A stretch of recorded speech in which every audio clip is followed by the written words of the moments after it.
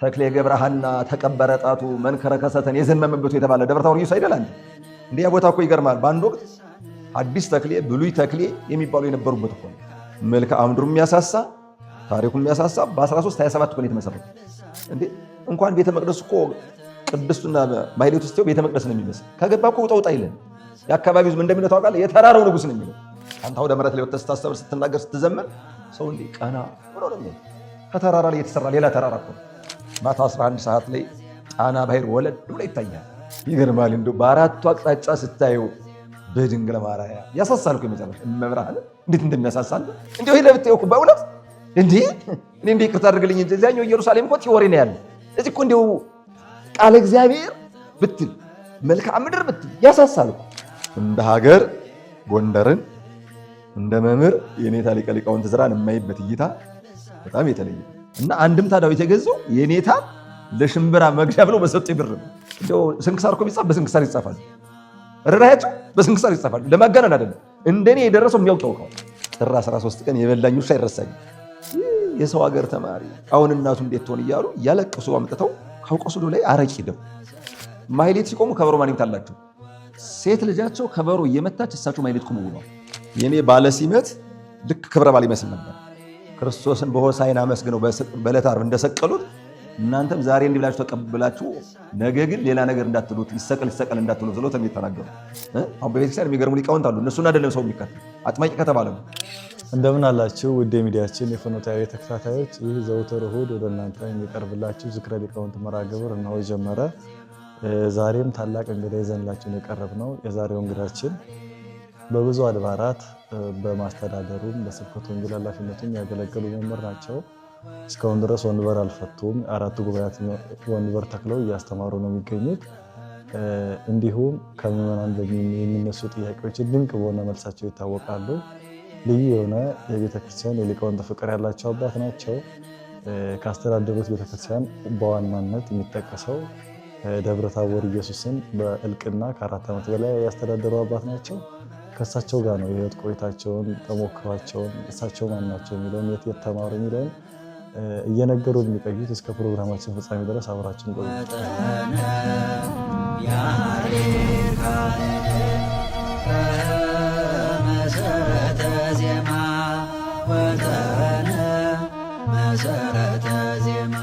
እሺ ጥሪያችንን አክብረው ስለመጡልን ከልብ እናመሰግናለን። እስቲ ስሞትን አስተዋውቁልንና ወደ ጥያቄዎች እንሂድ። በስመ አብ ወወልድ ወመንፈስ ቅዱስ አሐዱ አምላክ አሜን።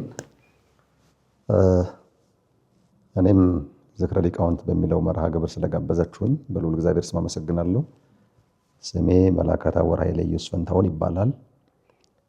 አሁን የማገለግልበት ደብር በአዲስ አበባ ሀገረ ስብከት የኤረር መካነ ሰላም ቅዱስ ሚካኤል ቤተክርስቲያን የአራቱ ጉባኤያት ትርጓሜ መጻሕፍት መምህር ነኝ።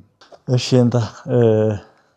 መጀመሪያ የሚሆነው የልጅነት ህይወቶና ከጉባኤ በፊት የነበረው ቤት ውስጥ ወደ ጉባኤ ሳይገቡ በፊት የነበረውና የቤተሰብን እስቲ እናትና አባቶት እነማን ናቸው የሚለው እናንሳ።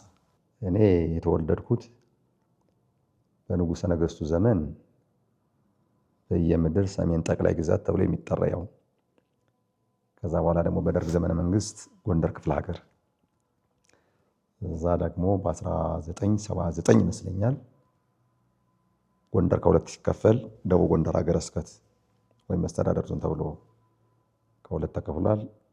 ስለዚህ በአሁኑ አነጋገር በደቡብ ጎንደር ሀገረ ስብከት ስመጥር በሆነው በደብረ ታቦር ኢየሱስ ቤተክርስቲያን ነው የተወለድኩት። ማለትም የተወለድኩበት ቦታ ከደብረ ታቦር ኢየሱስ ቤተክርስቲያን ስር ነው።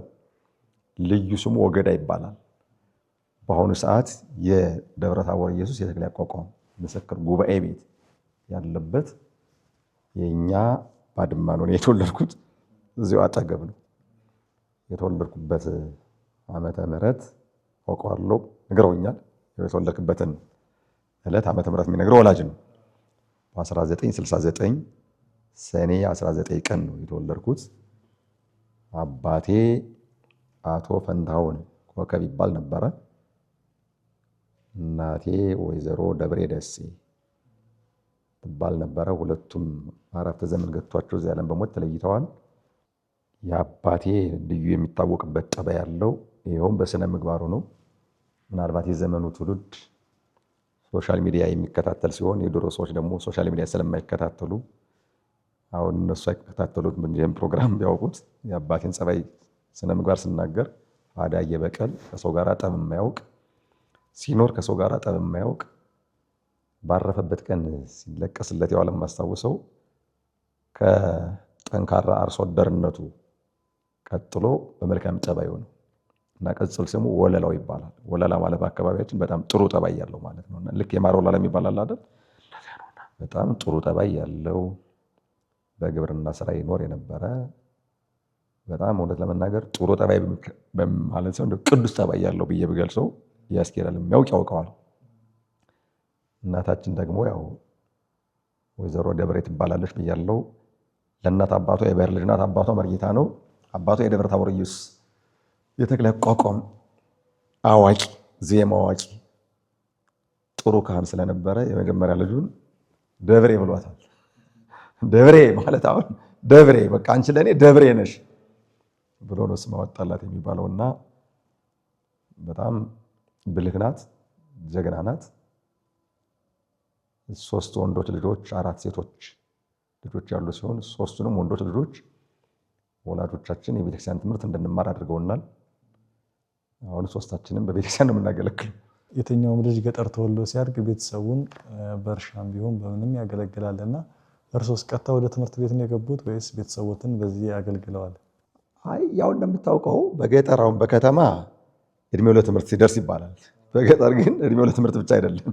እድሜው ከብት ለመጠበቅ ሲደርስም ከብት ይጠብቃል። ስለዚህ እንደማንኛውም የገጠር ልጅ እድሜ ከብት ለመጠበቅ ሲደርስ በጊዜው በቤተሰቦች ውስጥ የነበሩትን የቤት እንስሳት እንደማንኛውም የአካባቢው ልጅ እየጠበቅኩ ነው ያደኩት። እሺ ወደ ትምህርት ቤት በምን አይነት አጋጣሚ ነው ወደ ትምህርት ቤት ሊገቡበት የቻሉት ምክንያት? እንግዲህ ወደ ትምህርት ቤት አንደኛ ከኔ በፊት የነበሩት እኔ ለቤተሰብ መጨረሻ ላይ ነኝ። 7 ነን፣ መጨረሻው ነኝ። ስለዚህ ከኔ በላይ ያሉት ወንድሞች የቤተክርስቲያን ትምህርትን የተማሩት። እናታችን ሁላችንም የቤተክርስቲያን ትምህርት እንድንማር ፍላጎት ነበራት። በጊዜው ጊዜ ግን የገጠር ልጅ ነን፣ ከብት ስንጠብቅ በግ ስንጠብቅ ብይ ጨዋታ የሚባል አለ። ብዙ ጊዜ በሕፃንነቴ ጨዋታ ወድ ስለነበረ ያን እየተጫወትኩ ይሄ የኮት ቁልፍ አለ፣ እንደዚህ ቁልፍ ለመበላላት ነው የምንጫወተው እና ቀበሮ የሚባል አለ በአካባቢያችን በግ የሚበላ። እኛን ጨዋታ እየተጫወትን ቀበሮ ይመጣና ወይም ተኩላ ይመጣና በጎቹን ይበላብናል እና በተደጋጋሚ በግ አስበልቻለሁ። ስለዚህ ካሁን በኋላ አንተ እየጠበቅ በግ ከምታስበላ ትምህርት ቤት ሄድ ተብዬ ተላኩ። ጠቅሞኛል። ከዛ በኋላ ያው ትምህርት ቤት ገባው። ትምህርት ቤት ከገባው በኋላ ያው በመካከል ወጣ ገባ የሆነ ነገር አለ። ዞሮ ዞሮ ግን አንድ በእናቴ በኩል ወይም የእናቴ ቤተሰቦች የቤተክርስቲያን ሰዎች ናቸው። ለምሳሌ የእናቴ አባት መርጌታ ደሴ ዘመድ አገኘው ይባላል። የመርጌታ ደሴ ዘመድ አገኘው ወንድሙ ደግሞ አለቃ ቢሆን የዘመድ አገኘው ይባላል። ወረታ ጊዮርጊስ ይባላል። የሱ አስተዳዳሪ ነበረ። አሁንም የሱ ወንድሙ ሌላ ወንድሙ መርጌታ ሳልልህ ዘመድ አገኘው ይባላል። እስከ 1969 ዓመተ ምህረት የደብረ ታቦር ኢየሱስ ቤተክርስቲያን መርጌታ ነበረ። ከዛ በኋላ የቅድስት ሥላሴ ቤተክርስቲያን ከደብረ ታቦር ኢየሱስ ቤተክርስቲያን ታቦት ወጥቶ ሥላሴ ላይ ሲተከል የዚያ መርጌታ ሆኖ ሲያገለግል ነው። 87 ዓመተ ምህረት ሐምሌ 6 አርፎ ቅድስት ሥላሴን የተቀበረ መርጌታ ሳልልህ የሚባለው ወንድሙ ነው። ሌላውም አሁንም ወንድሙ አራተኛው ቄስ ተባረክ ዘመድ አገኘው ይባላል። ሁሉም ካህን ናቸው። አዎ። ሌላው አንዱ ነጋድራስ ባያፈርስ የሚባለው በጊዜው ክህነት ሊቀበሉ የሚመጡት ከጎንደር አዲስ አበባ ነው፣ በእግራቸው ማለት ነው። በእውነት ብለህ አስበው እንግዲህ ለክህነት የነበረ ክብርና ፍቅር ከጎንደር ክፍለ ሀገር አዲስ አበባ ክህነት ሊቀበል ሲመጣ አዲስ አበባ በቅናሽ ዋጋ የሚገኝ በክፍለ ሀገር ደግሞ በጣም በውድ የሚሸጥ በአካባቢው አማርኛ ምናልባት ይህን አማርኛ ሰው እንዴት እንደሚረዳ አላውቅም። ልብስ የሚሰራበት ይሄ የሀገር ልብስ አለ አይደል? ዝሃ የሚባል አለ። በአንዳንድ አካባቢ አማርኛው አይታወቅም። ዝሃ ማለት ክሩ አለ ረጅም እና ብቻ በአካባቢው በዚያ እንዳይባላል። እሱን ገዝቶ ሄዶ እጥፍ ሲያተርፍ ነጋዴ ሆነ እንጂ ያም እስከ ጾመ ድጓ ድረስ የተማረ ነበር። ስለዚህ ሁሉም የቤተክርስቲያን ትምህርት የተማሩ ናቸው። ሌላው ቀርቶ አንዲት የልጅ ልጅ እንኳን ብትኖር አያቷ የነ መርጌታ ደሴ ዘመድ አገኘው እናት የኛ አያት የኛ ቅድሚያት ማለት ነው። ያችን ሴት የልጅ ልጅ ላልተማረ ሰው አልደርም ብላ አለቃ ቀለመወርቅ ለሚባሉ በአሁኑ አነጋገር ኤርትራዊ በድሮ አነጋገር ሐማሴን አካባቢ የነበሩ ኢትዮጵያዊ የሆኑ እሳቸው ደብረ ታቦር ውስጥ ተክለ ያቋቋም ሊማሩ መጥተው ከዚያው የኔን ልጅ አግብቶ መቅረት አለበት ብላ ለተማረ ሰው ነው የዳረቻት።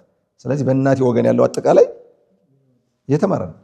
ስለዚህ ያረገ ትውልድ በሌላ የሚነገር ታሪክ አለ፣ ወደዛ ዝርዝር አልገባም እና ከዜሮ አልተነሳውም። እኔ ተረዳኛል። በቃ በተለይ በእናቴ ቤተሰብ በኩል ከዜሮ አልተነሳውም። ከዚያ ሲቀጥል ደግሞ የራሴ ወንድሞች የእናት አባቴ ልጆች ተምረዋል።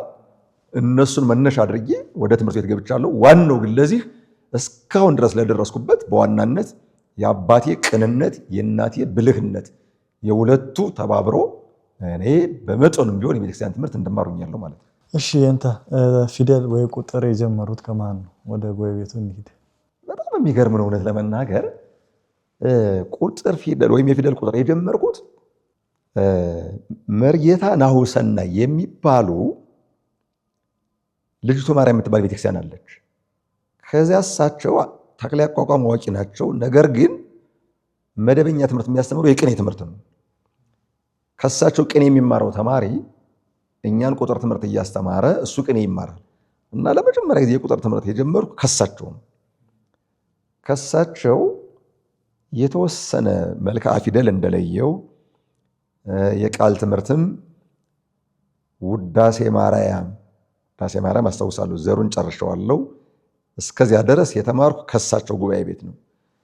ከዚያ በኋላ የሄድኩት በጣም ስመጥር የሆኑ በሊቅነታቸውም በትዕግስታቸውም በትህትናቸውም መፍቀሬ ቤተክርስቲያን በመሆናቸውም የሚታወቁ የኔታ ሲራክ የሚባሉ ደብረ ታቦር ደብረ ልዑላን መድኃኔዓለም የሚባል አለ። አፄ ቴዎድሮስ ያሰሩት የሊቀ ጠበብት ተክሌ አባት ናቸው። ሊቀ ጠበብትን ሚዲያ ላይ ታዩዋቸዋላችሁ ብዬ አስባለሁ። ሌሎችም ልጆች አሏቸው፣ ግን አሁን የሚታወቁት እሳቸው ስለሆኑ ብዬ ነው። የኔታ ሲራክ በጣም የታወቁ ናቸው።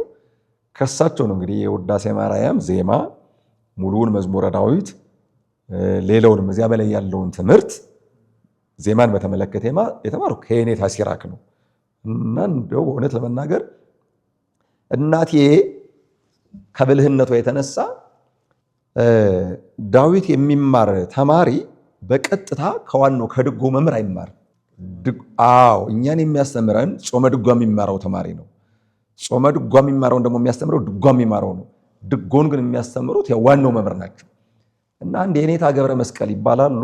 የሸዋ ሰው ናቸው። በጣም ባህታዊ ናቸው። አሁንም መንኩሰው ነው ያሉ።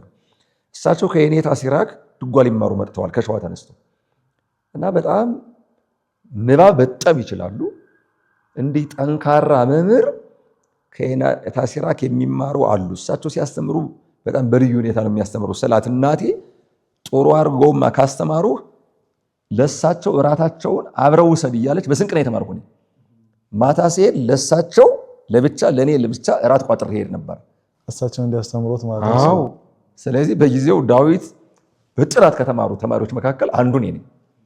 ያ ደግሞ ምንድነው እኒያ መምህር ለንባብ በጣም የታወቁ ናቸው። እንደውም በእሳቸው ቃለ ቅላጼ ለመናገር በጣም ይከብደኝ ነበር። ለምሳሌ አሁን ግዙ ወና ሳቡ ወ አለ።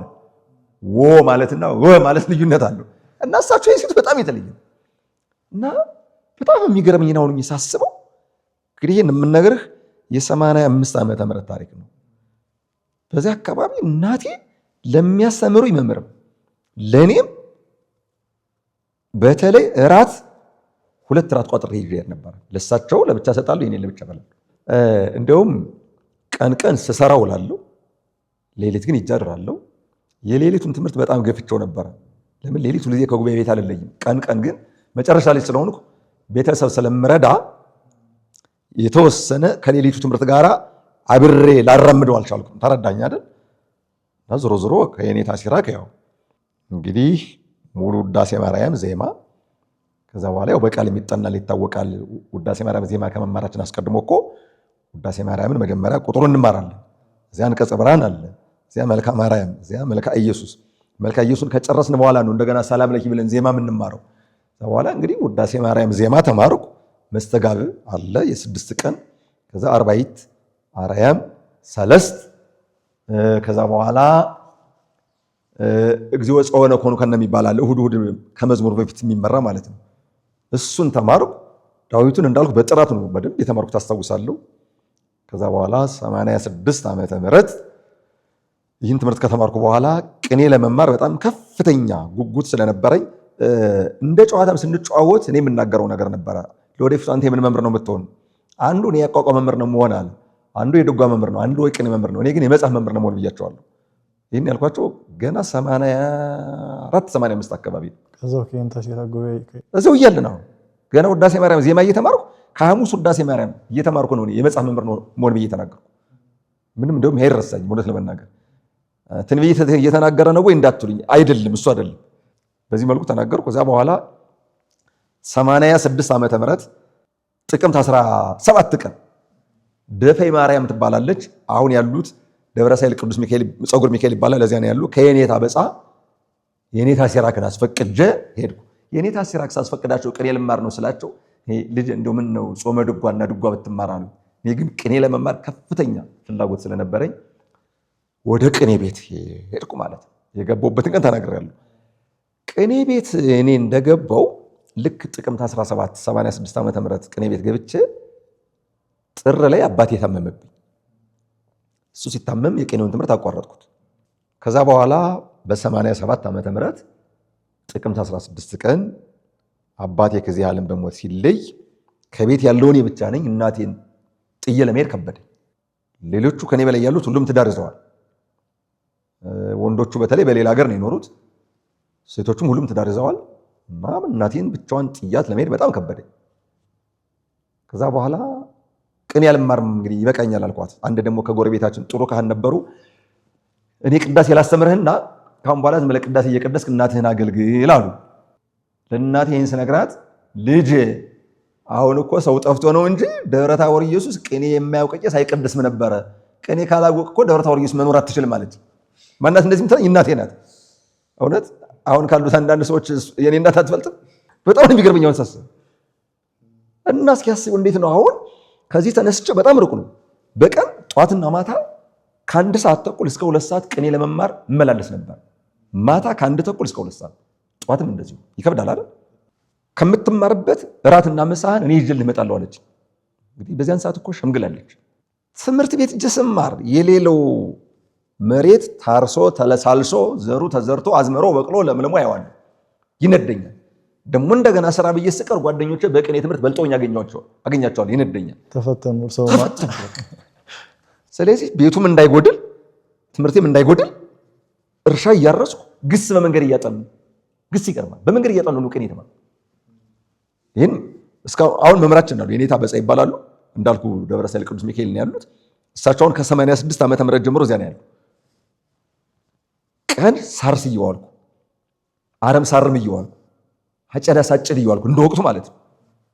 በዚያ ብዬ ቅኔ ተቀኝ። ልክ ቅኔ እንደተቀኘው ለመምህር ምንድን ነው የሚሰጣለችኝ እናቴ? 10 ብር ይሰጣል አልኳት። እንካ ወስደህ ስጣቸው እንዲመርቁ። ያን ወስደህ ሰጠኋቸው። ከዛ በኋላ በዚያን ሰዓት ከደብሩ ውስጥ ከነበሩት ዲያቆናት ብቸኛው ቅኔ አዋቂ ነኝ። ከዲያቆናቱ ነው የምልህ። በደንብ ተረዳኝ። ደብሩ በጣም ታላላቅ ሊቃውንት የነበሩበት ነው። እስካሁን ድረስ ሰው አላጣም። ለወደፊቱም እሱ ባለቤቱ ያውቃል። በዚያን ሰዓት ግን በማዕረገ ዲቁና ከነበሩት ብቸኛው ቅኔ አዋቂ ነኝ ነበር። ተረዳኝ አይደል? ከዛ በኋላ እንደውም እኔን እያዩ እዛ በኋላ ቅኔ የተማሩ አሉ።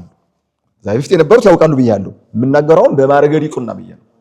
ቅኔ ተማርኩ። ከዛ በኋላ አሁንም ቅኔ ተቀኝቼ እንደገና አሁንም እናቴን ትቼ ለመሄድ በጣም ከበደኝ። ጨረሻ ላይ እንዴት እንዲህ ብዬ እቀራለሁ? በየዓመቱ አርሳለሁ፣ አመርታለሁ። የገበሬ እህል ወተሮ ሙሉ ቢሆንም ለ3 ዓመት ለ4 ዓመት ለ5 ዓመት የሚበላ አይጠፋም፣ ይታወቃል። ግን እንዴት እንዲህ ብዬ እቀራለሁ ብዬ አባቴ በሞተበት ቀን ለወንድሜ አንድ ቃል ነግሬዋለሁ። ጸዳሉ አሁን ቀየተ ጸዳሉ ይባላል። ወረታ ነው ያለ። ወረታ ከተማ እሱን የሚያውቅ የለም። በጣም ለቤተክርስቲያን ጠበቃ ነው። ሀገሩን ሊያውቀዋል። ወንድም አለም አልኩት። አቤት። ካሁን በኋላ አባቴም እናቴም አንተ ነህ ብየዋለሁ። አባቴ በሞተበት ቀን ልክ ቀብረን ስንመለስ ያችን ቃል ይዘዋል እና እንደ ጊዜ ደብዳቤ ጻፍኩለት። ትምህርት ልማር ለመሄድ አስቤ የነበረ ደሴ ነው ቦሩ ሜዳ ከሚባለው በእኔ አይምሮ የነበረ። እሱ ደግሞ ወንድሜ ጎንደር ስለነበረ ያለኔ ፈቃድ አይሄድም ብሎ ከእናቴ ቤት አውጥቶ እንዳይወስደኝ ጨነቀው። እናቴ ታዝናለች ብሎ ማለት ነው። እንደገና ደግሞ እኔም ዝም ብዬ እዚያ ብቀመጥ ደግሞ ደንቁሮ ሊቀር ነው ብሎ ያስባል። ጨረሻ ላይ ግን ልክ አስታውሳለሁ 92 ዓመተ ምህረት መስከረም 7 ቀን ከእናቴ ቤት እያለቀሰች ነው የሸኘችኝ። ስትሸኘኝ ተማር እያለች ያላትን ብር ሰጠችኝ። አደራህን ስትለኝ እንግዲህ ልጅ አንደኛ የክህነትህን ነገር አደራ እየሰማኝ ነው። ቀላል አይደለም። እንደዚህ የምትል የገጠር እናት ናት። የክህነትህን ነገር አደራ፣ የምትሄድበት ከተማ ታላቅ ከተማ ነው ብላ ያዘነች። ማለት አትሂድ አይደለም ሂድ ግን አደራ ያለች ሸኘችኝ። ልክ መስከረም 7 ከእናቴ ቤት ወጣው። ወረታ ካለው ወንድሜ እስከ መስከረም 10 ቆየውና መስከረም 11 እሱ ራሱ ወስዶ ያን ጊዜ ብፁዕ አቡነ እንድርያስ ጳጳሱ ነው። ነገር ግን ደግሞ የጉባኤ ቤቱ መምህር ነበሩ። 92 ዓመተ ምህረት ሐምሌ ላይ ተሾመው እስከ ግንቦት እዚያው ነበሩ ጎንደር። ወንድሜ የወሰደኝ ወንድሜ ዛይፍት እሳቸውን ብፁዕነታቸውን ያውቃቸዋል። የኔታ ሊቀ ሊቃውንት ዕዝራ ያን ጊዜ ምክትል መምህር ናቸው።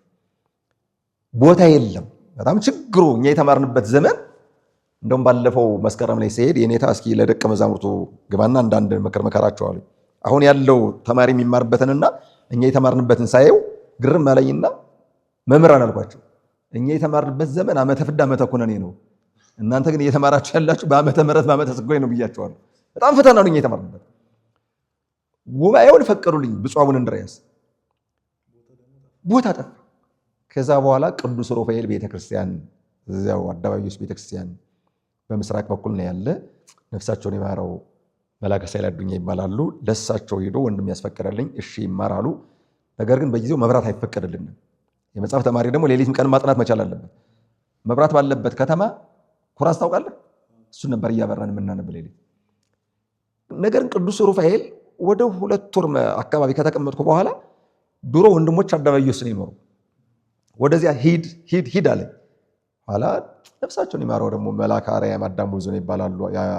የርዕሰ አድባራት አደባባይ ውስጥ አስተዳዳሪ ነበሩ። ወደ 50 ዓመት አገልግለዋል እዚያ ቤተክርስቲያን። አይ እንደው እዚህ ብማር እዚህ ቢፈቅዱልኝ ቤት አልኳቸው። እንፈቅድልሃለን፣ ነገር ግን ቤት የለም። ግድ የለም ደረጃው ላይ አድራለሁ አልኳቸው። ቤት እስከማገኝ ከ3 ወር በላይ ከአደባባይ ውስጥ ቤተክርስቲያን ከደረጃው ላይ ፎጣዬን ልብስም ምንጣፍም ማድረጌ ተጠቅልዬ እየተኛው ሌሊት ከዚህ አዲስ ኪዳኑን በተለይ ግዕዙን ሽምጥጥ አድርጌ ይዤው ነበር። ወቅቱ ደግሞ ልብ በል ጥቅምት፣ ኅዳር፣ ታኅሳስ ነው። ውርጭ ሰብሮ ነው የሚጥል እና እውነት ለመናገር ቅኔ ለመማር እና መጽሐፍ ለመማር በጣም ተፈትኛለሁ። አሁኑ እየሳሰበው ግን በጣም እርካታ ይሰማኛል። አደባባይ ውስኝ ነው እንግዲህ ቅድም ያልኩን ትምህርት ሁሉ ተመላልሼ የተማርኩት የት ነው? መድኃኔዓለም።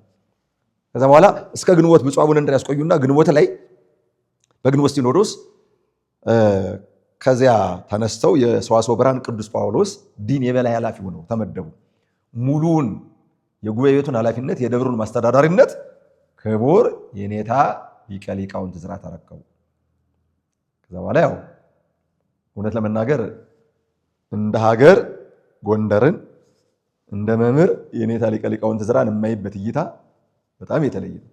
ሀገሩም ያን ሁሉ ተማሪ በጣም በነገራችን ላይ ጎንደር ላይ በሁሉም አብያተ ክርስቲያናት ከአንድ ቤተክርስቲያን በቀር በሁሉም የአብነት መምህራን አሉ። በሁሉም ጉባኤ ቤት አለ። በሁሉም ቅርብና ቅርብ እኮ ናቸው።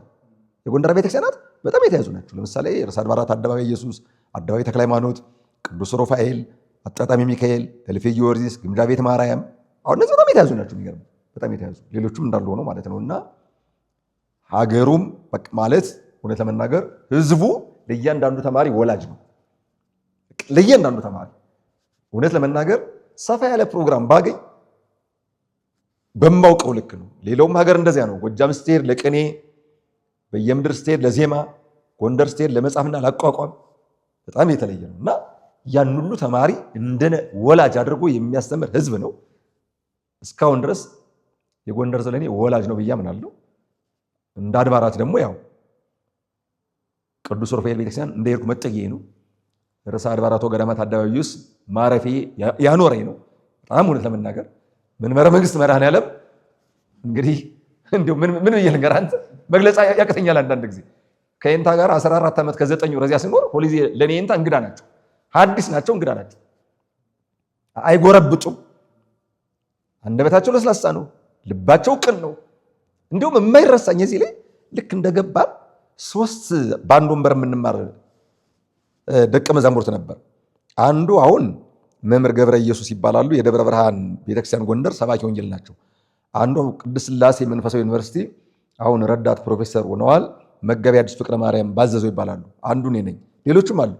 የኔታ ደሞዝ ያን ጊዜ ልብ በስማኝ፣ የኔታ ደሞዝ በመንበረ መንግስት መድኃኔዓለም በመምህርነታቸው 120 ብር ያገኛሉ። በዚያን 92 ዓመተ ምህረት በቤተ ክህነት ደግሞ የጉባኤ ቤቱ ምክትል መምህር ስለነበሩ የአራቱ ጉባኤያት ምክትል መምህር ስለነበሩ እሳቸው 50 ብር ያገኛሉ። 120 ብርና 50 ብር 170 ብር ነው አይደል? ከ170 ብር 100 ብር ደሞዛቸውን ቀንሶ ለሶስታችን ሰጡ ነው ሽምብራ ገዝታችሁ ብሎ ማለት ነው። እኔ እሳቸውን ብርማ አልበላም ብዬ አንድም ታዳዊት የገዛው 34 ብር በዚያ ነው። 100 ብር ስናካፍለው ለ3 34 ብር ከምናምን ሳንቲም ይደርሳል።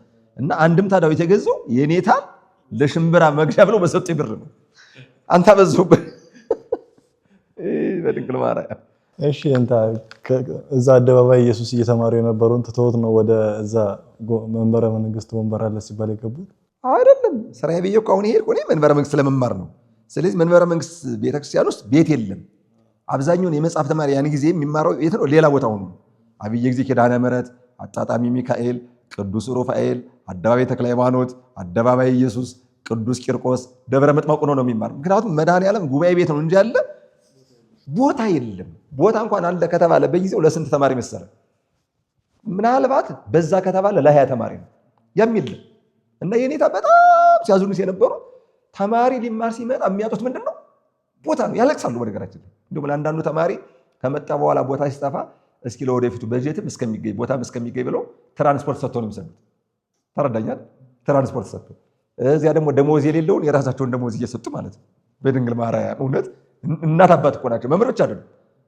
እውነት እንደው ስንክሳር እኮ ቢጻፍ በስንክሳር ይጻፋሉ። ርራያቸው በስንክሳር ይጻፋሉ። ለማጋነን አይደለም። እንደኔ የደረሰው የሚያውቅ ያውቀዋል። እንደኔ የደረሰው በደንብ ነው የማውቃቸው። ተማሪ የሆነ እንዲህ እንደው ከፍቶት ካዩ ርቦት ነው ምናምን ያውቁታል። ከዚያ በኋላ ሽውጥ ያደርጉልን እንደዚህ አይነት እንጂ መኖሪያችን ሌላ አጥቢያ፣ መማሪያችን ግን መንበረ መንግስት መድኃኔዓለም። እሺ እንታ ምን ያህል ቆዩ እዛ እየተማሩ መንበረ መንግስት? አጠቃላይ እኮ ሳስበው 14 ዓመት ከ9 ወር ቆይቻለሁ። አጠቃላይ እዛ ጎንደር ላይ ከስከይንታ እዝራ ምን ተማሩ? ከአቡነ እንድርያስ የተማርኩ ከሰኞ ውዳሴ ማርያም እስከ ዓርብ ውዳሴ ማርያም ነው አስታውሳለሁ፣ ትርጓሜ። ከዛ በኋላ ያለውን ግን ሁሉንም የተማርኩት ከየኔታ ሊቀ ሊቃውንት እዝራ ነው። እሺ ከዛ እስከሳቸው ተምረው እዛው ጎንደር ላይ ወደ አገልግሎት ነው የተሰማሩት ወይስ መንበር ተከሉ እዛው? እንዴ ይኸውልህ እኔ እኮ አሁን በጣም የሚገርም እንዲሁ እዚህ ላይ አንድ አደባባይ ኢየሱስ ላይ መኖሪያ ሆኖ የአደባባይ ተክለ ሃይማኖት ሰባኪ ወንጌል ነበርኩ። ምክንያቱም አደባባይ ኢየሱስ ሌላ ሰባኪ ስለነበረ። ከዛ ልብ በል ለመጀመሪያ ጊዜ አደባባይ ተክለ ሃይማኖት ትምህርተ እዋትና ኪዳን ተርጓሚ የተጀመረ በእኔ ነው ለመጀመሪያ ጊዜ። አደባባይ ኢየሱስ ደግሞ ልክ 93 ዓመተ ምህረት ከደብሮ ላይ የነበሩት ሰባኪ ደብረ ምጥማቅ የሚሰብኩ ስለነበረ እሳቸው ውዳሴ ማርያም ደብረ ምጥማቅ ይተረጉማሉ። መጋቤ አዲስ ፍቅረ ማርያም ያልኩ ናቸው ቅድም። ከ93 እስከ 26 ዓመተ ምህረት የአደባባይ ኢየሱስ ውዳሴ ማርያምና ቅዳሴ ማርያም ተርጓሚ፣ ትምህርተ እዋትና ኪዳን ተርጓሚ ነኝ። ትምህርተ እዋትና ኪዳን አደባባይ ኢየሱስ የተጀመረ በእኔ ነው። አደባባይ ተክለ ሃይማኖት የተጀመረ በእኔ ነው። ደብረ ታቦር የተጀመረ በእኔ ነው። ውዳሴ ማርያም እኮ በቃል ነው ሲተረጉም የነበረ ያን ጊዜ አብዛኛው። አሁን የሄድኩበት ሰዓት በቃል ይተረጉምበት የነበሩ ቦታዎች መንበረ መንግስት መድኃኔዓለም፣ ግምጃ ቤት ማርያም፣ ደብረ ሳይል ቅዱስ ሩፋኤል፣ አብየ ጊዜ ኪዳነ ምሕረት፣ ግምጃ ቤት ብያለሁ አይደል? ሌላው ቦታ ግን ይተረጉም የነበረ በመጽሐፍ ነው። አሁን እኮ ነው ሁሉም በቃል ተማሪው በዛ።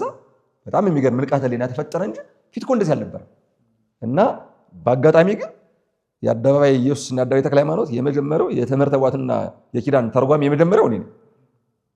ውዳሴ ማርያም በፊት የኔታ ተርጉሟል ይባላል አውቃለሁ። ከዛ በኋላ ግን ለስንት ዘመን በመጽሐፍ ሲተረጉም ከኖረ በኋላ 93 ዓመተ ምህረት እኔ ጀመርኩ። ከዛ በኋላ እስከ 26 ዓመተ ምህረት ቆየው። ካሁን በኋላ በሁሉም የጎንደር አጥያዎች የሚተረጉመው በቃል። እሺ እንታ ከሊቀ ሊቃውንት ዕዝራ አዲስ ጋር የነበሩትን ጉባኤ ቤት ቆይታ ነግረውናል። ወደ 14 ዓመት ነው ጎንደር ላይ የቆዩትና 15 ዓመት ነው። 14 ዓመት ከ9 ወር ማለት 3 ወር ነው የጎደለው። ቀኑን አውቃለሁ የለቀቁበት 15 ዓመትና ወደ 15 ዓመት የሚጠጋ ጎንደር ላይ ቆይተዋልና መቼስ ብዙ አጋጣሚ ይፈጠራል በተማሪዎትና እስቲ ገጠመኝ ካሉት የሚያሳዝኑትም ሊሆን ይችላል የሚያስደስቱትም ብዙ ነገር ይኖራልና በተማሪ ቤት እስቲ ያንን ያጫውቱን። ገጠመኝ የኔ ዋናው ገጠመኝ ቅኔ ቤት ላይ ነው።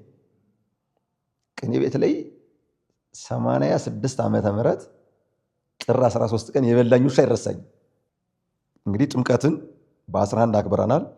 በ12 እዚህ እብናት የሚባል ሀገር ነው፣ ደቡብ ጎንደር ነው ያለ። ከዛ መጨና ሚካኤል የሚባል ነውና ድግሱ በጣም የተለየ ነው እና ከዚያ ግቢ ለካ ተማሪ አይገባም።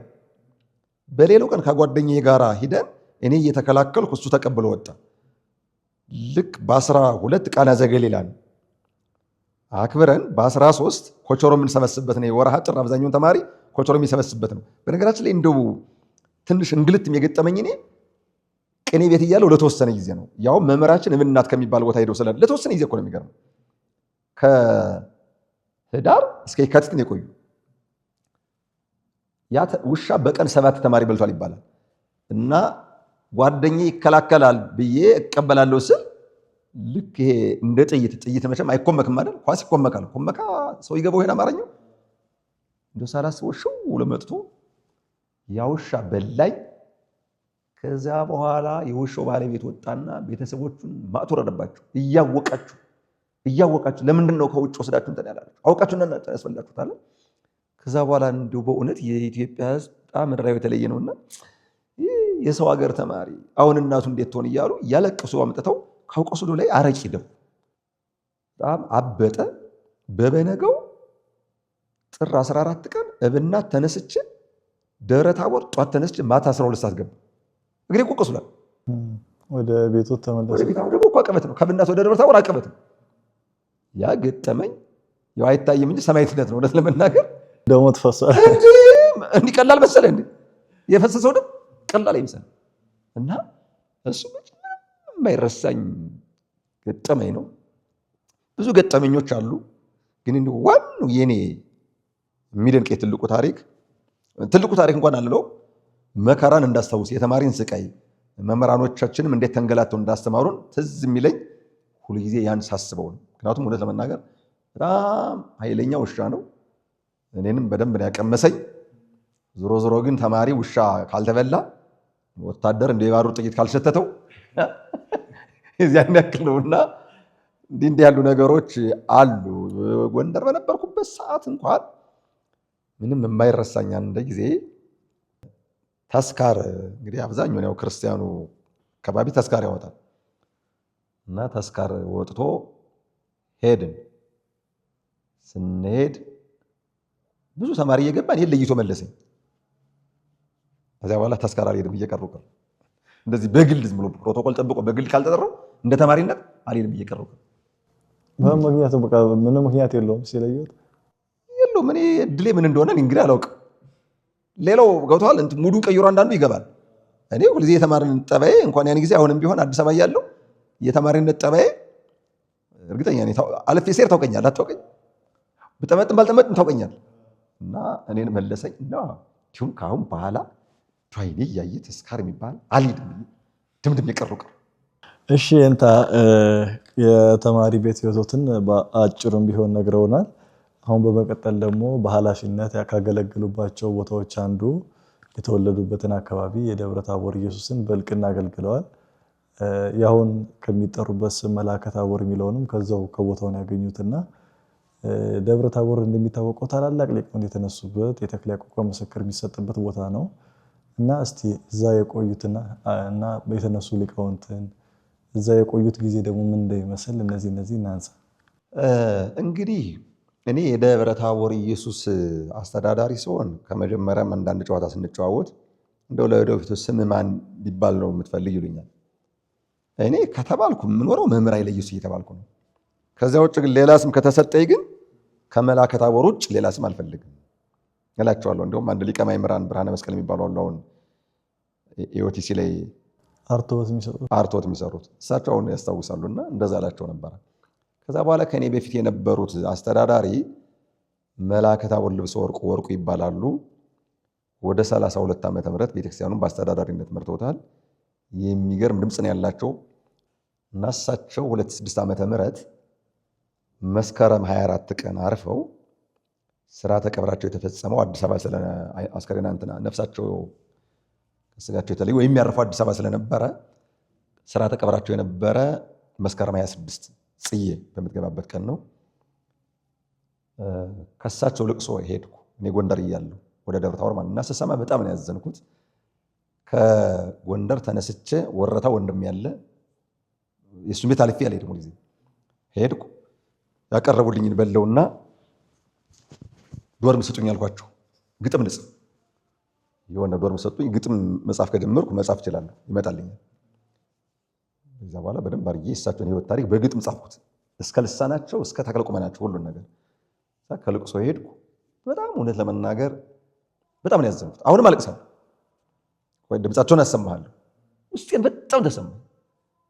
መቼም ታላቅ ሰው ሲጠፋ በጣም ከባድ ማለት ይሄ ነው። እንግዲህ አስበው፣ ደብረ ታቦር ውስጥ ተራራ ነው። የእሳቸው ቤት ያለ ከታች ከከተማው ነው፣ ሰኞ ገበያ ይባላል። በአብይ ጾም በቀን 2 ጊዜ ሄዱ ነበረ።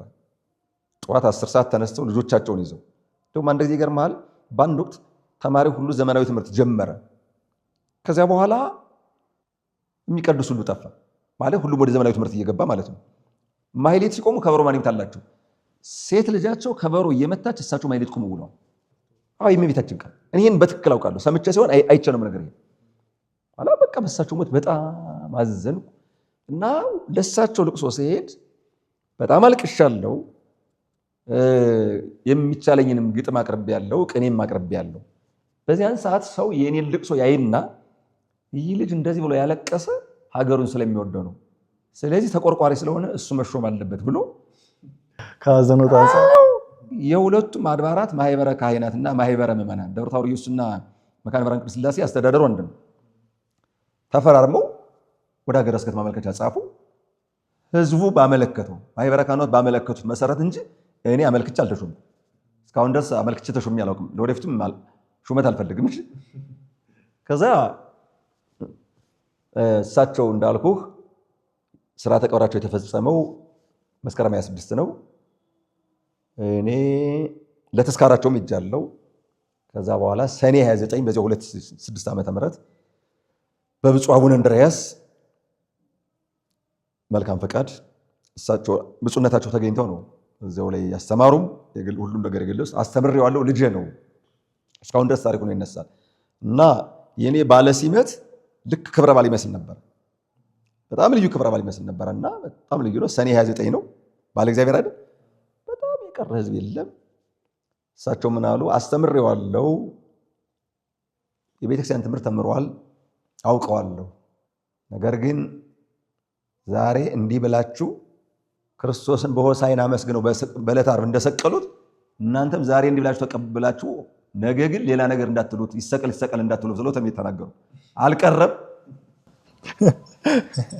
የሚገርም ሰኔ 29 ተሾሜ ሐምሌ 5 ቀን ነገር ዘው ቢመጡ አስብ። ቢያንስ እንደው ጊዜ ያስፈልገኝ በሳምንት ሳይሞላ ከዛ በኋላ 4 ዓመት ከ5 ወር በጦርነት ነው የኖርኩ። በጣም በሚያሳዝን ሁኔታ ማለት ነው። ግን ደስ የሚለኝ እኔ ያቀርኩት እቅድ ሁሉ ከአንዱ በቀር ተፈጽሟል። እንደሄድኩ እኔ ሳልወለድ የሄደውን የደብሩን ክልል ከ4 ሄክታር 1000 ሄክታር ተረዳኝ አይደል? ከ4 ሄክታር 1000 ሄክታር ማለት ሊሆን የሚችለው ታምር ነው። ከዛ ከተማ ላይ የተከለለውን ደን ሽጠን 667 ካሬ ከዋናው ከከተማው እምብርት ላይ ከመናኸሪያው ዳር እምብርት ላይ ካሬው 667 ካሬ ነው። 2 ሚሊዮን 200 ሺህ 134 ብር ከ10 ሳንቲም አትጠፋኝ ወጭ አድርገን ያን የመሰለ ቦታ ለቤተክርስቲያኑ ገዛን። ከዛ ለምንድነው እርገት ባለ ለምንድነው የማይታወድ እያልኩ ሳስብ እኔ ያሰብኩት እኔ በመጣው በአመቱ ነው ምናምን አካባቢ ተከበረ። ደብረ ታቦርም ለወደፊቱ በደብረ ታቦር መከበር አለበት እየዚያ ለቅርሶች ያወራዋቸዋል። እሱም አሁን ደብረ ታቦር በደብረ ታቦር እየታወደ ነው። ከዛ ዕቃ ቤቱ በጣም የሚገርም ንዋያተ ቅድሳት ያሉበት ነው። የሱንም ዕቃ ቤት ፕሮጀክት አስቤ ነበረ። እንደውም ለትንሽ ሊጀመር ሲል ልዩነት ተፈጥሮ ነው የቀረ። እሱም አሁን እየተሰራ ነው። ካሰብኳቸው እዚያ የተክሌ አቋቋም ፕሮጀክት ነው የከሸፈብኝ። ማለት ሁሉን ጥሩ አስቤዋለሁ። ሁሉን ማለት ለምን መሰለህ? አንደኛ እኔ የኖርኩ ከእንታ ጋራ ነው። ሁለተኛ ማህበረ ቅዱሳን ብዙ ጊዜ አሰልጥኖኛል። በማህበረ ቅዱሳን ከሰለጠንክ ከታላቅ መምህር ጋር ከዋልክ ለቤተክርስቲያን አርቀህ እንደምታስብ ይታወቃል። ስለዚህ እንደዚህ ያሉ ነገሮች ሁሉ ተደምረው በጣም ጥሩ ፕሮጀክት ቀርጸን እየሰራን እያለን ያልተማረ ሰው አሸነፈኝ። ተረዳኛል? ያልተማረ ሰው አሸነፈኝ። ለምን? ያልተማረ ሰው በህግ አይጠየቅም። ሐሳቤን ተረዳ። እንዴት ነው በህግ የማይጠየቅ ሊል ይችላል ሰው? በቃ እውቀት አይደለም። በጣም ከባድ ነውና መጨረሻ ላይ ነገሩ እየከረረ ሄደ። በህይወቴም ላይ አደጋ ተደቀነ። በህይወቴ ላይ ሳይቀር መጨረሻ ላይ ወንድሜ እንደውም ወደ አለቅነቱም እንደሄደ እሱም ራሱ ይገፋፋ ነበር። መጨረሻ ላይ ግን እንዳልሆነ ሲያየው ወንድም አለም ልቀቅልኝ አለኝ። በነገራችን ላይ 14 ዓመት ከ9 ወር ጎንደር ላይ ስኖር ወንድሜና የወንድሜ ሚስት ያለምን ማቋረጥ ስንቅ ይልኩልኝ ነበር። የወንድሜ ሚስት ለእኔ እናቴ ናት። አሁን በሌላው አየት ምራት ይባላል አይደል? ለእኔ ግን እናቴ ናት። ወንድሜም ለእኔ አባቴ ነው። ከአባቴ የማላበልጠው አባቴ ጥሩ አባት ስለሆነ ይሄ እነሱም ያውቃል። እና ልቀቅልኝ ጥሩ አይደለም ማለት እዛ በኋላ ጥቅምት 5 ቀን 2011 ዓ.ም ከ4 ዓመት የ5 ወር ጦርነት በኋላ ጦርነት ነው እረፍት የሚባል አግኝቼ አላውቅም። እሑድ አስተምራለሁ፣ ችግር ይፈጠራል። 2ቱን አድባራት ነው ማስተዳደር እና ያለ አልኩ ሰውዬ ስሙን መጥቀስ አያስፈልግም። ህዝቡ የሚከተል ካሁን አጥማቂን ሰው እንደሚከተለው ታውቃለህ አይደል? አሁን በቤተክርስቲያን የሚገርሙ ሊቃውንት አሉ። እነሱን አይደለም ሰው የሚከተል አጥማቂ ከተባለ ነው። እዛም ደግሞ ባሕታዊ ከተባለ አጥማቂ ከተባለ ተከታዩ ብዙ ነውና እኔ ወንጌል እያስተማርኩ ደብረ ታቦር ኢየሱስም ትምህርተ ኅቡዓትና ኪዳን የተጀመረ መኒ ነው። ውዳሴ ማርያምና ቅዳሴ ማርያም ትርጓሜ ከ1980 ዓመተ ምህረት በኋላ በቃል የተጀመረ መኒ ነው። 1980 ዓመተ ምህረት አንድ አባት ያረፋሉ በቃል ይተረጉሙ የነበሩ እንጂ በእኔ ነው የተጀመረ። ከዛ ያው እንዳልኩ ነገሩ ከአቅም በላይ ሲሆን አይ እስከምችል ድረስ አገልግያለሁ። ካልተቻለ ግን ሰው የማይረዳ ከሆነ እኔ ለአለቅነት ለሹመት ምንም ቅንጣት ታክል ስስትም የለኝም። ለምን? እኔ መጽሐፍ ነው የተማርኩት። ምንም አይመስለኝም። ከአንድ ቦታ ላይ ተቀምጬ ከምሰቃይ ዙሬ ማስተማር አይሻለኝም? በቃ እድሜ ለመምሬ አስተምረውኛል። የትኛውም ቦታ ላይ ብሄድ መኖር እችላለሁ ብዬ በራሴ ፈቃድ ስሾም አላመለከትኩም፣ ስለቅ ግን አመለከትኩ። ተረዳኝ አይደል? ምናልባት የመጀመሪያው ነው ብዬ አስባለሁ። ስሾም በዛ በፊት እኮ የደብሮ አለቃ እኮ የሚሾመው በንጉሠ ነገሥቱ ነው የነበረ። ከዛ በኋላ ደግሞ በፓትርያርክ በራሱ ጉግሳ በራሱ ኃይለ ሥላሴ እንዴ ኃይለ ሥላሴ የትልቅ ደብረ አይደል? የንጉሥ ደብረ አይደል? እና ምንም እኔ ለስልጣን ነገር ለስልጣነ ክህነት እናቴ እንዳለችኝ መጽሐፍ እንዳስተማሪ ለስልጣነ ክህነት እንጂ ለዚህ ለወንበር ሹመት ምንም ጉጉት ስለሌለኝ እርግፍ አድርጌ ተውኩት። 2011 ዓመተ ምህረት ታኅሳስ 19 ልጅቱ ማርያም ቅዱስ ገብርኤል ቤተክርስቲያን ቅዱስ ገብርኤል ይከብራል። ከዚያ አስተምሬ ታኅሳስ 20 ቀን ያለኝን ጓዝ አንድ ያጎቴ ልጅ አለ። እሱ ሙሉውን ጭኖ አዲስ አበባ መጣል መላከ ታቦር። ከዚህ አዲስ አበባ መውሰዱ አይደለም የሚከብድህ፣ ከዛው አውቶቡስ ተራ አውርደህ ግን ወደ ቤት መውሰዱ ከባድ ነው አለኝ። እንግዲህ እኔ ይዞ መሰደድ የሚከብደኝ መጻሕፍቶችን ነው። የኔ ሀብቶቼ መጻሕፍቶቼ ናቸው። እግዚአብሔር እድሜ ይስጠው። ሹፌሩን አዞ በራሱ መኪና ሁሉንም ዕቃ ጭኖ አመጣልኝ። ታኅሳስ 20 ቀን ነው እዚያ የወጣሁት። ታኅሳስ 20 ቀን የታደርን መሰለህ ፍቼ። ታኅሳስ 21 ቀን እሑድ ቀን አስታውሳለሁ። እሑድ ቀን ነው የነበረች። አዲስ አበባ 3 ሰዓት አካባቢ ገባው። ታኅሳስ 22 ከማኅበረ ቅዱሳን ታኅሳስ 15 እንድትሰራ ተብሎ ደብዳቤ ደርሶኛል። ታኅሳስ 22 ስራ ጀመርኩ። በአንድ ቢሮ እንግዲህ ለስንት ዓመት አብረው ከኔ ጋር የሚሰሩ ጓደኞች አሉ። ነፋስ አይገባም፣ ጠብ የለም፣ ጭቅጭቅ የለም፣ ያለው ስራ ብቻ ነው። ከዛ በኋላ 21 ዓመት ውዳሴ ማርያምና ቅዳሴ ማርያም ለመተርጎም ስለት ነበረኝ። እድሜ ከሰጠኝ ከዚያ በላይ ነገር ግን 21 ዓመት ስለት አለኝ። 18 ዓመት እንደተረጎምኩ አዲስ አበባ መጣሁ። አዲስ አበባ ላይ ደግሞ አጥቢያ አላገኘሁም። በነገራችን ላይ በማኅበረ ቅዱሳን ቴሌቪዥን ምንም ለመጀመሪያ ጊዜ የውዳሴ ማርያምና የቅዳሴ ማርያም ትርጓሜ የተላለፈ ይሄ ነው። ታስታውሳለህ አይደል? የመጀመሪያው ኋላ ግን ከአጥቢያ ላይ ስለነበረኝ ሳዝን አሁን ያለውበት አጥቢያ ላይ የመጽሐፍ መምህር የለምና ይፈለጋል ተባለ። ለመቅጠር ግን መጀመሪያ ውዳሴ ማርያምና ቅዳሴ ማርያም ሲተረጉም ማየት አለብን። አሁን የማይተረጉም ከሆነ መጋቤ ብሉይ መጋቤ ሐዲስ ተብሎ የማይተረጉም ከሆነ አንፈልግም፣ መለኪያ ወስኖ ተባለ። እኔ እዛ ፊት 18 ዓመት ስለተረጉምኩ ስለለመድኩት አይከብደኝም።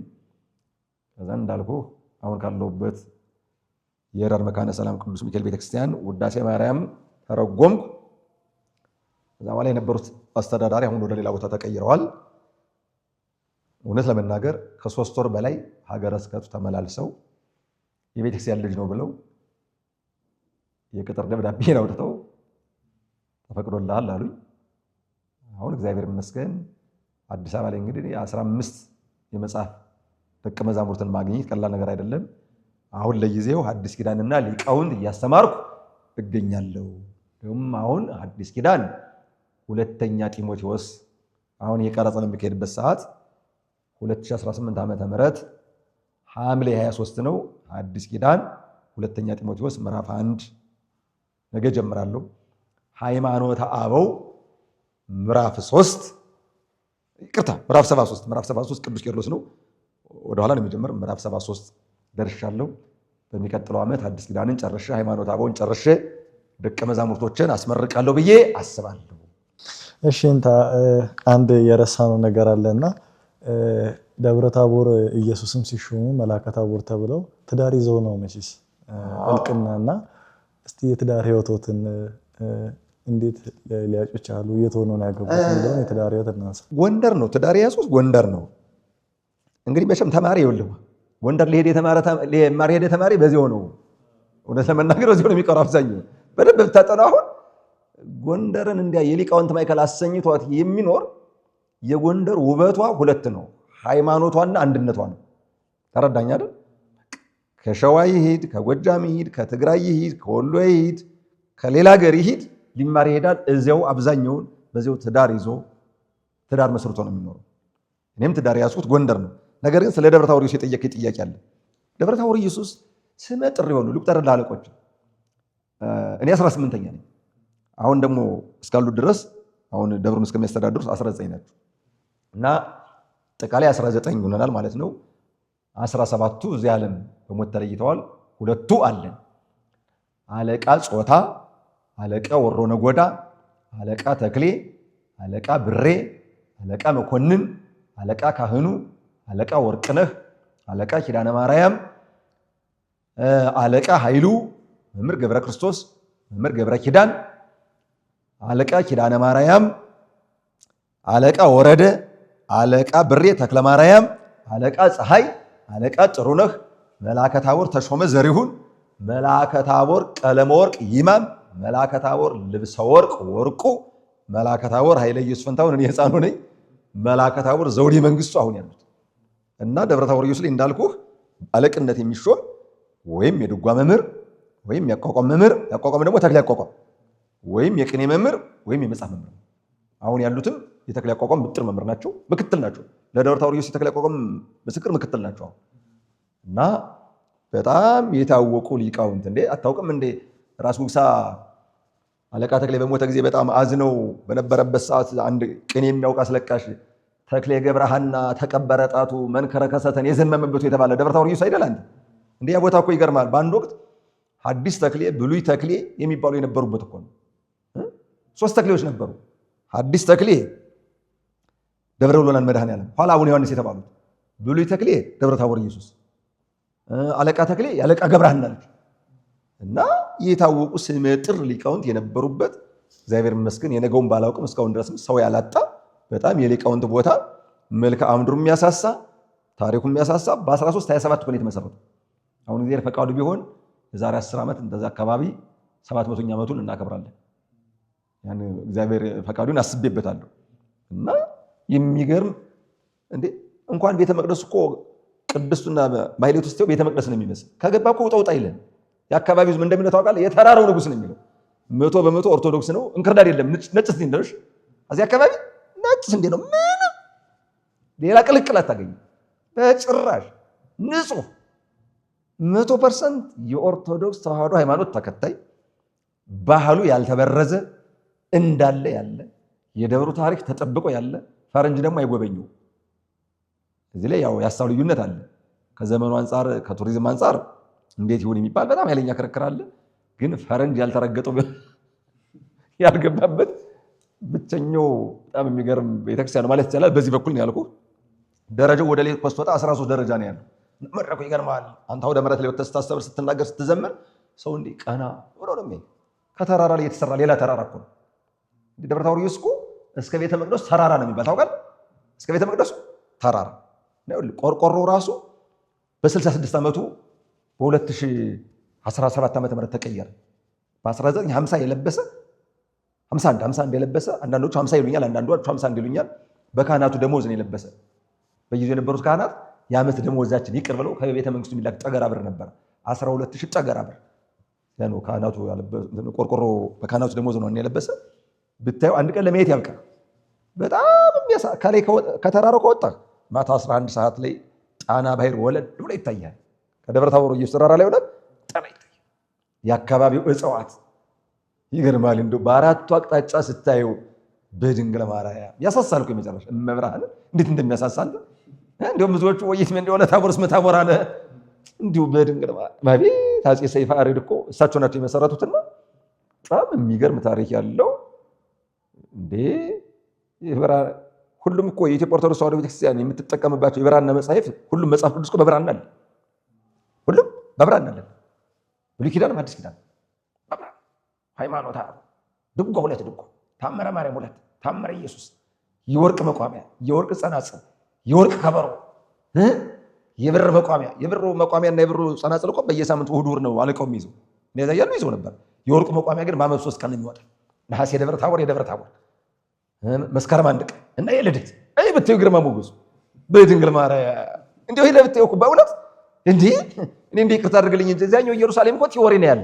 እዚህ እኮ እንደው ቃለ እግዚአብሔር ብትል መልክዓ ምድር ብትል ያሳሳል እኮ ምንም ዙሪያውን እኮ ይገርማል። በገጠሩ አንድ ቅልቅል አታገኝም። እንዳልኩ 100% ክርስቲያን ንጹህ እንዴ ነው።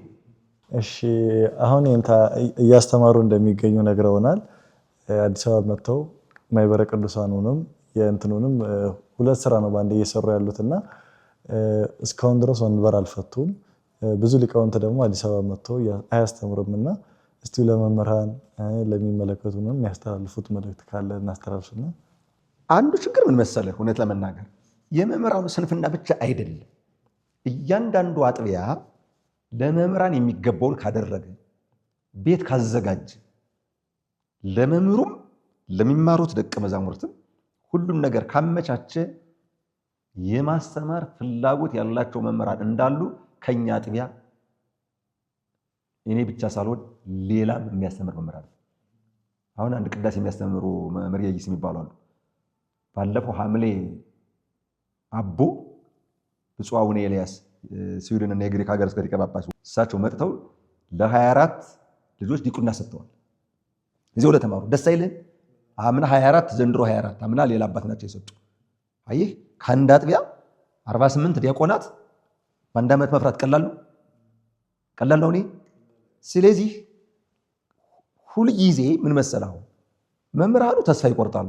መቼም እየተንገላቱ ወንበር ለሚያስተምር መምህር ልዩ ነገር ያስፈልገዋል ብዬ አስባለሁ።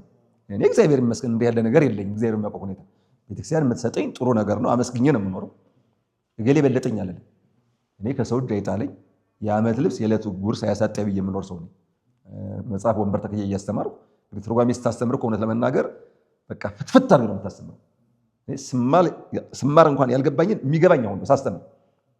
ለካ መምህራኖች እንዲህ ተንገላተው ነው ያስተማሩ፣ ለካ እንዲህ ደክመው ነው ያስተማሩ ብዬ የምረዳበት ጊዜ ስለሆነ በዚህ ልክ ማስብ ቢሆንም አንድ መምህር እንደምታውቀው መኖሪያ የት ነው የሚያገለግልበት አጥቢያ የት ነው? ይህን ማገናዘብ ያስፈልጋል። ለምሳሌ መኖሪያው ጣፎ ሆኖ መሀል አዲስ አበባ የሚያገለግላል። መኖሪያው ኮየ ሆኖ መሀል አዲስ አበባ የሚያገለግላል። መኖሪያው ሰንዳፋ ሆኖ መሀል አዲስ አበባ የሚያገለግላል። መኖሪያው ቦሌ አራምሳ ሆኖ መሀል አዲስ አበባ የሚያገለግላል። መኖሪያው ሰበታ ሆኖ መሀል አዲስ አበባ የሚያገለግላል። እስኪ አሁን ይሄ ሰው ትራንስፖርት እንዴት ነው የሚንገላት? አዲስ አበባ እኮ ለማስተማር ለማገልገል ከክፍለ ሀገር ሄደህ እኮ ማለት ነው። ታውቃለህ አይደል? በጣም ፈታኝ ነው። ለመኖር ግን ሁሉም ነገር ከዚያው ከቤተክርስቲያኑ አካባቢ ከተዘጋጀለት መምህራን ማስተማር ይችላል። በእርግጠኝነት ነገር ድጓ የሚማር ባይኖርም እስከ ጾመ ድጓ ድረስ ማስተማር ይችላል። ቅዳሴ የሚማሩ አየሁ በቃ ከኛ ደብር ላይ እኮ አየን። በሌሎች ማድባራት አሉ የሚያስተምሩ እና እኔ መምህራኑ ላይ ብቻ አይደለም እንደው ለምን የማያስተምሩ እንዴ? ባልተመቻቸው ሁኔታ ማን ነው የሚያስተምር? እስኪ ንገረኝ እንዴ? ማመቻቸት እኮ ነው። ለመምህሩ ሁሉን ነገር አመቻችቶ እዛ በኋላ አስተምር ማለት ነው። ባልተመቻቸ ነገር ዝም ብለህ ድከም ብቻ ማለት ትንሽ ያስቸግራል። ደሞዝ ስለተሰጠ ብቻ አይደለም። ያ ደሞዝ ሩቅ አገር ሲመላለስበት የትና የት ነው። ሲመሽ ለምሳሌ በራይድ ብሄድ ይዘልቀዋል። መምህር ከጉባኤ ቤቱ መራቅ የለበትም። ተረዳኝ አይደል? ከምን መራቅ የለበትም? ከጉባኤ ቤቱ መራቅ የለበትም እንጂ በክፍለ ሀገር ደረጃ እንዴ ከአዲስ አበባ ጫፍ ከጫፍ ሄደ ከማገልገል ከክፍለ ሀገር መሄድ አይቀልም።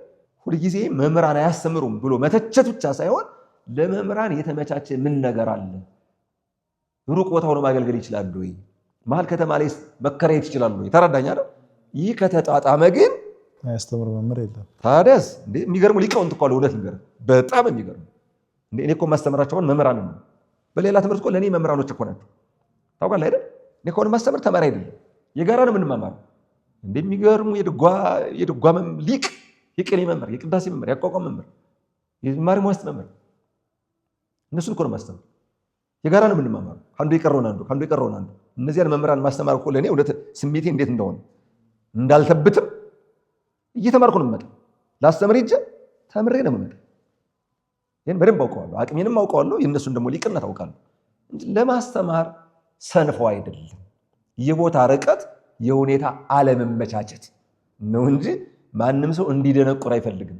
አንድ ሰው ደግሞ ካልተማረ የተማረውን ያጠፋዋል፣ ያጠፋዋል። ስለዚህ ሰው 20 ዓመት 30 ዓመት የደከመበት ትምህርት እንዲጠፋው ይፈልጋል። ጸሎትም እኮ ነው እውነት ነገር። ሰው ከመተካት ሲበልጥ ነገር አለ እንዴ? ማስተማር እኮ ጸሎት እኮ ነው እውነት እንጂ እኮ በስጋ እኮ አሁን አንደክም አይደለም፣ እንደክማለን እኮ። ወንበር ለማስተማር ሌሊት 6 ሰዓት 6 ተኩል 7 ሰዓት ተነስቼ ሳነባ ድሬ ነው 7-8 ቅጠል በቃል ሽምጥጥ አድርገህ ነው የምትይዘው። ተረዳኝ አይደል? ሽምጥጥ አድርገህ ዝም ብሎ እኮ አንደርስ እኮ መርጠህ እንደ ስብከት እኮ አይደለም። ሙሉውን ሽምጥጥ አድርገህ ትይዛለህ። 1 ሰዓት 2 ሰዓት 1 ተኩል የምትተረጉመውን በቃል ሽምጥጥ አድርገህ ነው የምትይዘው። ልክ አባታችን እንደሚለው ጸሎት ማለት ነው። አንድም ያን ትርጓሜ ፍትፍት አድርጎ ማውረድ ዝም ብሎ ተኝታ አድረህ ነው እንዴ የምትይዘው? ሌሊት ሳገላብጥ ባስሌር ደግሞ የቀረኝ ትልቁን መጽሐፍ ከቤት ሳነባው አድራለሁ። ትንሹ መጽሐፍ ደግሞ ሻንጣ አለች። በሻንጣ ይይዝና ምንድነው የቀረኝ ያልያዝኩት ቃለ እግዚአብሔር አላምጡኝ ይላል። ተረዳኝ አይደል? ሸንኮራ አገዳውን ካልተላመጠ ማዘው ይጣፍጣል። ካልተመላለሰ የሚያዝ ነገር የለም። እና ድካም አለ። ድካም ባለበት ደግሞ ምን ያስፈልጋል? ነገሮች ሊመቻቹ ይገባልና ሁሉም መምህራን ቦታ ከተመቻቸላቸው እንደሚያስተምሩ እርግጠኛ ነኝ። እኔ ከኛ ደብር አሁን ያለውን ሁኔታ ስላየሁት የሚገርም አሁን ክረምት ላይ ይገርማል። አንድ ትልቅ ቆርቆሮ በቆርቆሮ የተሰራ ነው። ያ ግን ብሎ ነው የከተማ ደቀ መዛሙርት የሚማሩ። ይገርማል። ሕፃናት ውዳሴ ማርያም ሲደግሙ ደስ ሲል፣ በእውነት ዳዊት ሲማሩ እንዴት ደስ ሲል። መቼም ታውቃለህ እኮ ለገጠር ልጅ ከባዱ እንግሊዝኛ ቋንቋ ነው። የቁጥር ትምህርት እኮ አይደለም። ለከተማ ልጅ ደግሞ ከባዱ ግዕዙን መማር ነው አይደል? እንዲህ ይገርማል። አሁን የዚያ መምህር ድካም ብታየው። እኔስ እግዚአብሔር ይመስገን የማስተምራቸው ታላላቅ ናቸው፣ ራሳቸውን ያወቁ ናቸው። ምንም ችግር ሕፃናትን እንዲያልኩ ቀርጾ ማስተማር እኮ በጣም ነው የሚደንቅ።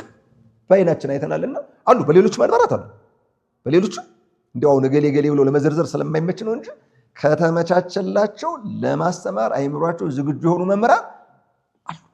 ግን እንዳልኩ መኖሪያው ጣፎ ሆኖ የቤት ኪራይ ስለሚቀድስ ማለት ነው።